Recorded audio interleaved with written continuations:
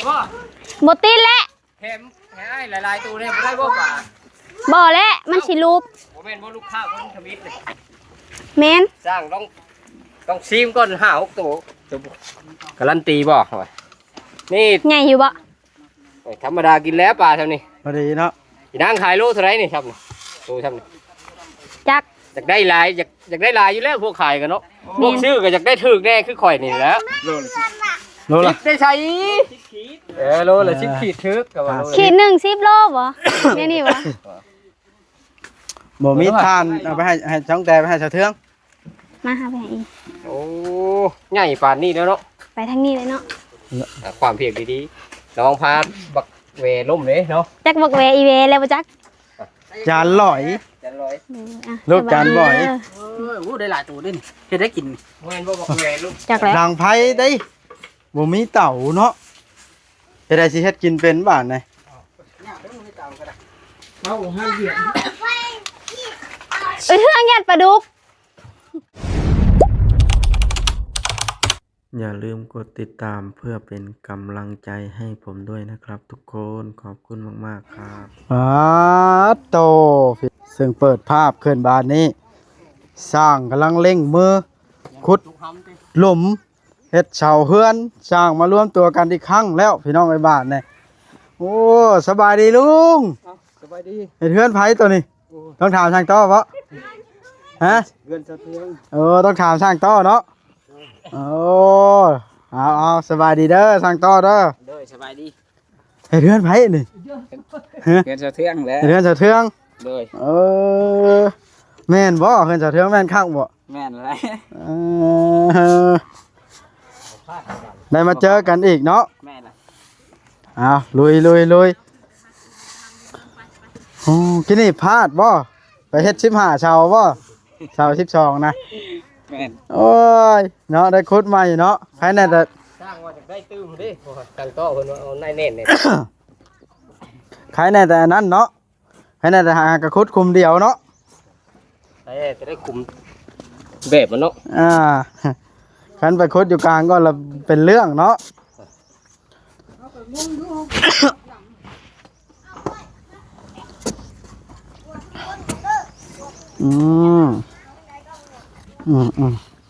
คุดมันใหญ่เนี่ยได้ลุงเนืองนะเดี๋ยวค่อยขยายออกบ่ห้องลงมาหมดถ้วยนะมาช่วยกันในชิวชัยนี่มาคุดโจอ้ายไม้ให้นี่ผู้ละคุมแล้วจะกินข้าวผู้ทางไปเบิ้งทางป่าน้องกระแตก่อนเพิ่นเตรียมจ้ำอาหารมาแล้วบ่เพิ่นหาแนวกินให้เฮาบ่มื้อนี้แม่นไปเบิ้งก่อน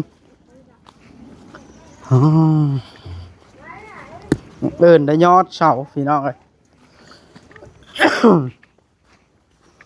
มาเบิ้งทางนี้ก่อนนี่สองพ่อเมียนี่ซ่อนกุ้งซ่อนชิวอยู่บ่นี่หรือว่าจังใดสะบีได้เอ้าเฮ็ดหยังอันนี้เอาวันนี้แล้วบ่เดี๋ยวนี้มันก็ได้อยู่บ่ล่ะเอาเลยจะแบบยังบ่บอกเอาเลยเอาเลยบักนะ2 โต๊ะ2นั่นคือเป็นชาวเพิ่นบ่เลือกเอาตัวใหญ่ดิอันนี้ว่าตัวสิเอานะในคู่นี่ว่ามันพอแล้วมาตั้งแต่มันกินบ่เบิดแล้วนะมาทิ้งจักโตล่ะ2 โล100,000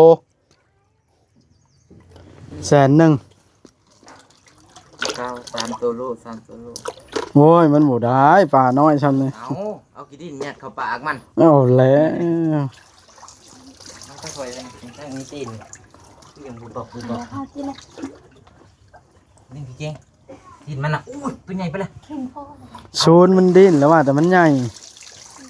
เด็กได้อีกแล้วบักไล่ตัวเดียว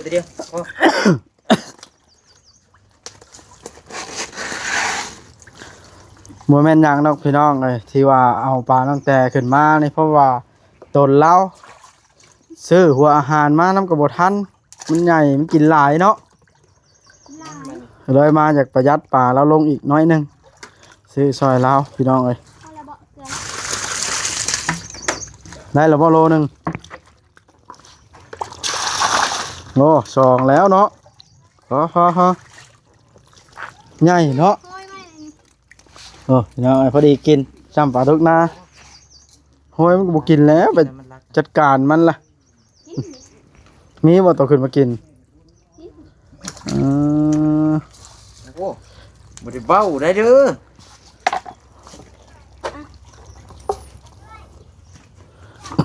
เอาไปให้สาวเทืองย่างฮะ กลัวบ่จัก กว่า3 โลป่ะหรือกว่า2 กลัวแล้วสองข่อยว่าได้ โอ้ มันบ่ได้ดอกซ้ำนี่สอง เขาไม่ได้กินเป็นทิศเลยใหญ่เลยเนาะ ง่ายวะพอดีกินซ้ำเนี่ยย่างเนาะ ดิ้นใหญ่โพดเฮ้ยแป้งมันไปกันเลย จับเอาสักครู่ทิ้ง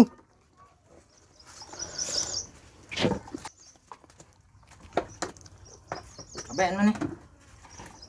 มานี่จัดการปลาน้องกระแตพี่น้องเลยเป็นได้ไปผากท้องเช้านี่แล้วล่ะเพิ่นว่ามันมือคลอดละมารอดบ่เพิ่นว่า เดือนหนึง ไปอีกเสียลายว่าไปผากแต่เทื่อ หมอพอเขาซื้อยามากินเลยกะบ่ได้เสีย เอ เพราะว่า อ เขาเสียมีเงินขายยาซื้อเลย อืม น้ำหนักก็ขึ้น เพิ่นว่าไหน ขึ้นนี่แหละห้องปกติอีก ก็ขึ้นแล้วคน ขึ้น ตุ้ยเนาะ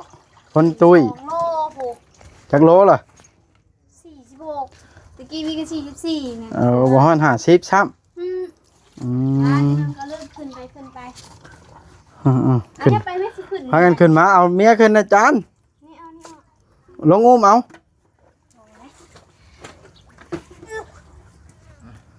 เออ เย้เพื่อนนี่ห้ามโบลงมากับโบได้ เกือบจับบ่ได้บ่ทิ้งสิกินบ่ปิ้งปลากินน้ำกันเด้อ ไปดีกว่ามา กินน้ำกันเด้อทิ้งเด้อตัวไปปิ้งซะเพิ่นเด้อ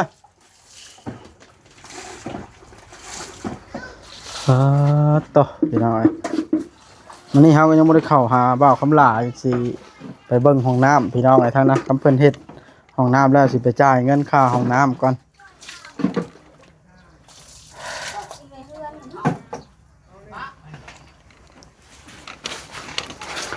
ตั้งแต่เขาบ่เมื่อยไปย่างปลาซอยเพิ่นได้ว่าเจ้านอนผ่อนไปอยู่ใส่ อยู่ไหน โอ้ย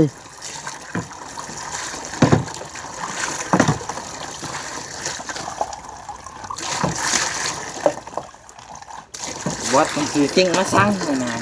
หนังสือซิงมาบอกกล้าเอาบ่ จำดู บ่ได้เบ้าได้บ่ทันบ่ทันเกลือเลย ต้มแจ่วเนาะ เขากินนะตัวน้อยกว่านี้ตอนนั้นนะ มานี่ผัดใหญ่แล้วบ่เดี๋ยวเบิ่ง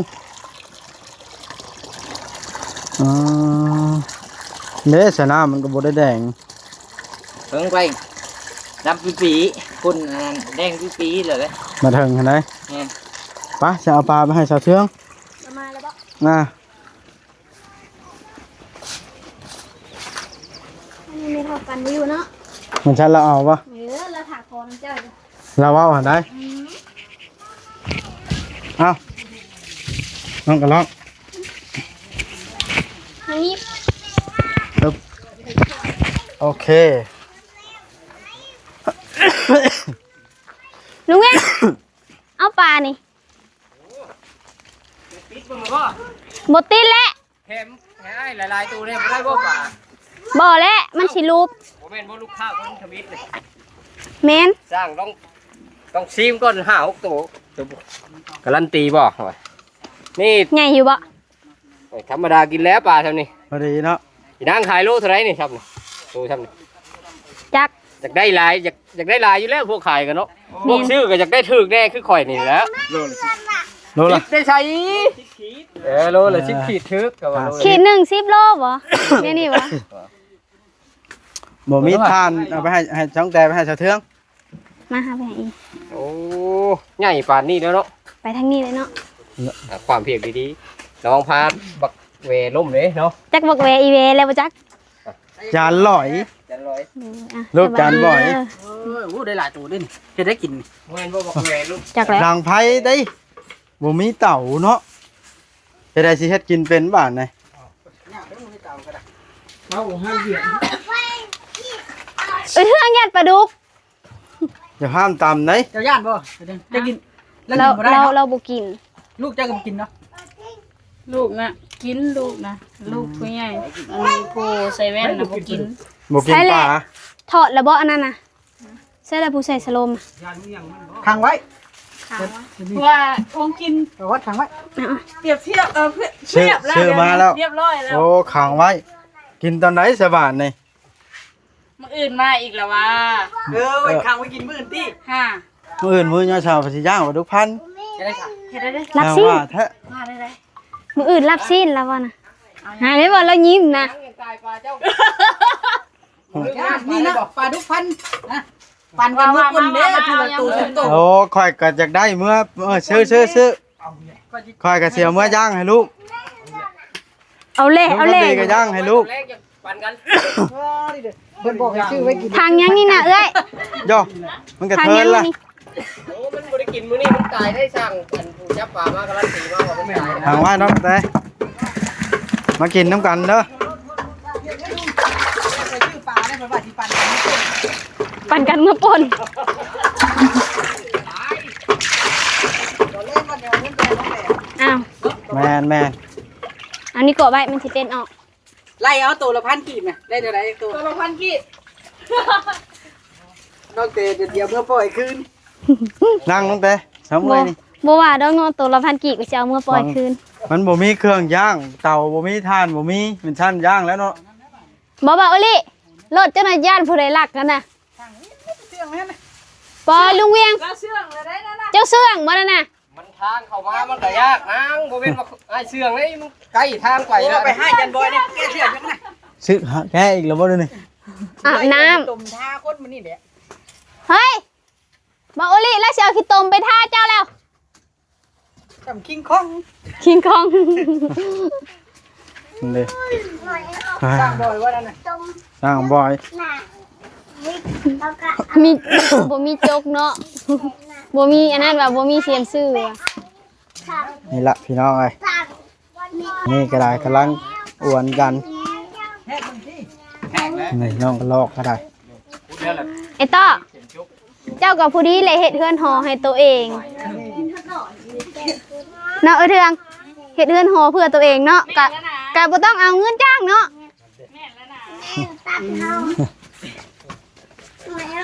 หักแพ้ใกล้ชิดนะโต คิดเบิ่งค่ะ ก็อย่า อย่าข้างซ้ายเท่าใดก็อย่าหักข้างซ้ายนะบ่จะเป็นดอก บ่คือข้างห้องบ่ เฮ้ย ข้าง ว่า ซ้าย บ่ให้ไอ้โตเมื่อบ่ไปยุ่งเข้าเลยย่านเด็กน้อยอยู่คุม เข้าปูนด้วยยันเขา ย่านเข้าติด แล้วแบบย่านหมูมาไปเคลียร์ขี้ดินถมเนาะ ช่วงดูแลอย่างใกล้ชิดบ่ช่วงนี้มันเหยียบมันอย่างแล้ว ดีเด้อจะซื้อกระป๋องเงินใหม่ได้บอกดอกแล้วแหละอย่าไปให้ได้เจ้าอย่าไปคิดกันกับเว้าได้เว้าแล้ว อย่าเว้าขนาดไปน้ำกันนี่แล้วข้างซ้ายกันนี่เรายังเว้าโอ้ผู้บ่าวซ้ำน้อยเลย เว้านั่นบ่น้องแต่ ไปกับเฮานี่เลยเราบ่เข้าใจผิดดอกไอ้ตุ้ยนะ เริ่มหลายคนอีกแล้วบ้านนี้แต่ละมื้อช่วยม้อยอยู่บ่ตั้งแต่สร้างต่อสร้างเวียงมาและสร้างคำดี สร้างปั่น สั่งปันลูกคำดีแล้วยังเฮ็ดเฮือนหอแล้วหลายหลังหนึงเนาะ แต่เราอยู่เสีย เอ้าแล้วเราฮู้ว่าเจ้าสิมาเฮ็ดเฮือนแล้วท่าสติ๊กผู้บ่าวบอสไปถ่ายมา ปลาปันนะ ฮะ ปลาปันนะบ่ ไม่เฒ่าแก้วโอ้ย โอ้ปลาแก้วทาสติกแล้วบ่ อุ้ยมือ เอา นั่น แล้วเริ่มทาสติกแล้วบ่ คนท่าจะคิด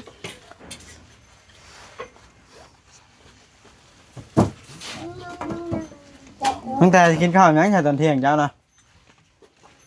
บ่มีคือเก่าคือเดิม มากินตำมักแตงน้ำสาวเทืองนี่แล้วตำแล้วนี่ กินหยังคือเก่าคือเดิม บ่มีบ่มี คือเก่าคือเดิมมันคือบ่มีแนวกินหั่นวะ โอ้ ให้ ดุบ่เล่บ่งงอยู่ แตงแม่เฉาน้ำมัน อย่าหุ้ม ช่าง มา ถ้วยนะ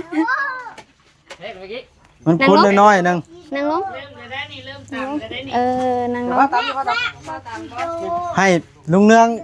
ยืมรถน้ำลุงคำดีได้ไหมให้ลุงเนืองไปชื่ออันนั้นนะไปเอาปูนนะ เอาจิโจไหมนะบ่ โจมหมด ไป โตอ ลู ยู่ ก นะ ดีแล้ว ไปเลย ไปกับลุงนี่แหละก็ได้ เบิ่งเกี่ยวเงินให้นี่ชี้ชอบเนาะแกได้อยู่สิ เอามาหยังหลายแท้ 3 มื้ออื่นเด้เทศดินเช่า เอามารถซะนะ บอกว่าตั้งหนวดลายที่ชื่อ นี่แหละพิษแล้วบ่บ่นวด เท่นี่ แกเอา สอง บอก ก็ คอมเมนต์ว่าพื้นหนวดแล้วเราเว้าทางใหม่ผู้ใด เทถุ่มนั่นแหละมันนั่นเนาะ เท่นั่นก็สิประมาณ2เนาะ ว่าบ่บัด ฮะ บัดน้องจะเว่าเรื่องหนวดจะคือว่าเรื่องใหม่อยู่ เดี๋ยวเราบ่แท้ถือบอกให้แท้ลายมือเนาะ มันยังบ่มีเว บ่ ลา เจ้าต้องลงทุนซื้อมีดโกนให้เราจังแด บ่ไป โดลงอะ บ้านนั่นก่อนสิแม่ตัด ลง แต่งล้อได้บ้านนี่อายคนแท้นี่ ลงไปบ้านได้ต้องแต่งรอลง สิไปอันบ้านนักเก่งก่อนสิแต่งล้อ บ่มีผู้สาว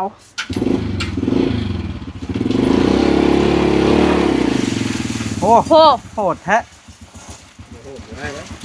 อ๋อชี้ชอบจะไปกับเราด้วยไปกับเราเจ้าจักทางนี่แล้วลูกกันนี่เนาะพออยู่ที่จะหาเนาะโอ้ชอบเรื่องเกินแชร์ชิปแล้วเนาะ เอาปูนแดงกระทิงเด้อคันมีนะ บุญแดงก็บุญแทนได้ลุง กระทิงได้คันชิงแล้วบ่เอา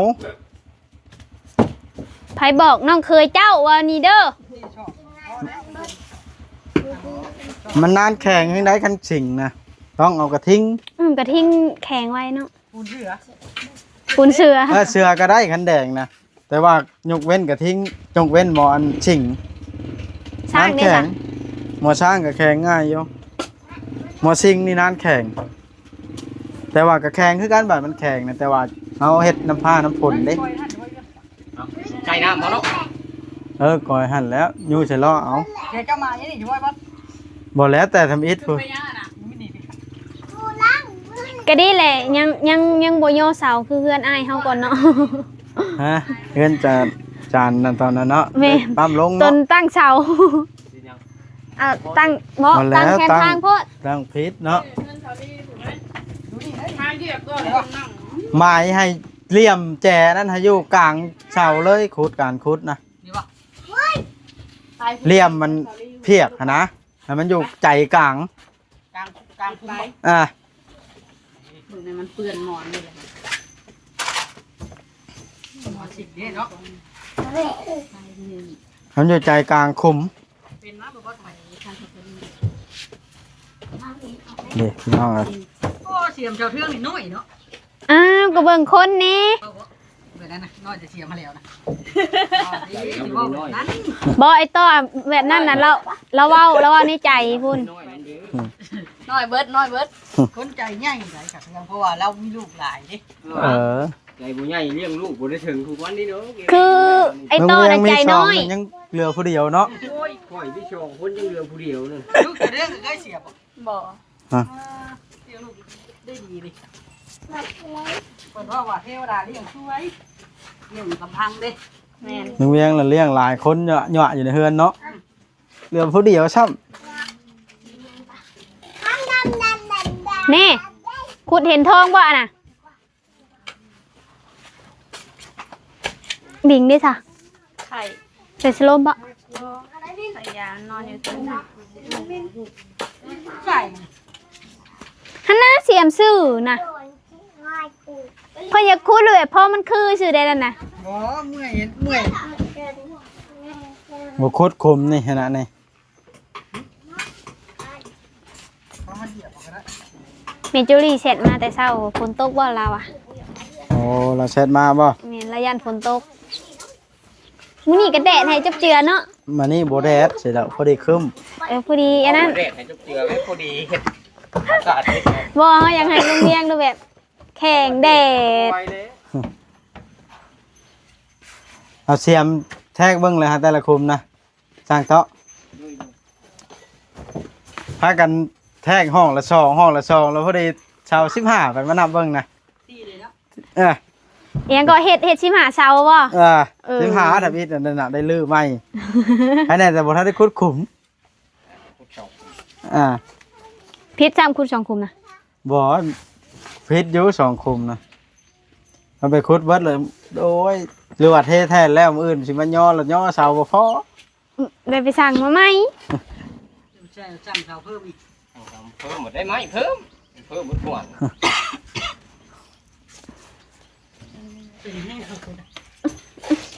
ลงไหม ดูนี่มั้ย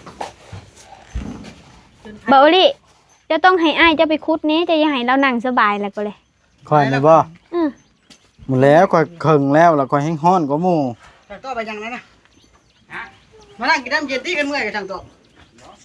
มึงเนี่ยเราเขินนั่นน่ะเราแดง เพิ่น นะ ลงลายแล้วบ่แขนเพิ่นน่ะ เดี๋ยวเดินเลยยังไม่ได้ลบ โอ้ เมื่อยแห้ง กิน นั่ง นั่งเป็นข้าวตะกี้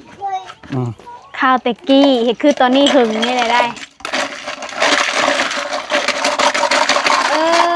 ถ้าแม่นว่าเขาใครจะหึงนี่เนาะเขาไม่ได้หูเลยว่าเขาไม่ได้อันนั้นเลย เดี๋ยวช่วยมาให้กินให้เนาะ ป้าเจียมันออกเลยเพิ่นไปขูดเจียมัน เอาพี่น้องคลิปนี้ก็สิจบซ้ำนี้แล้วบัดกิน ใช่ต้องแต่นั่งท่วงช่างเวียงบ่ได้นี่ แม่น หน้าบ่ดี ให้ ใช่ กำลังใจ นะ ไฟทั่วหมดทั่ว จี้เอาแต่ต้องแต่พอดี มาเห็นเรื่องจี้แต่เฮาได้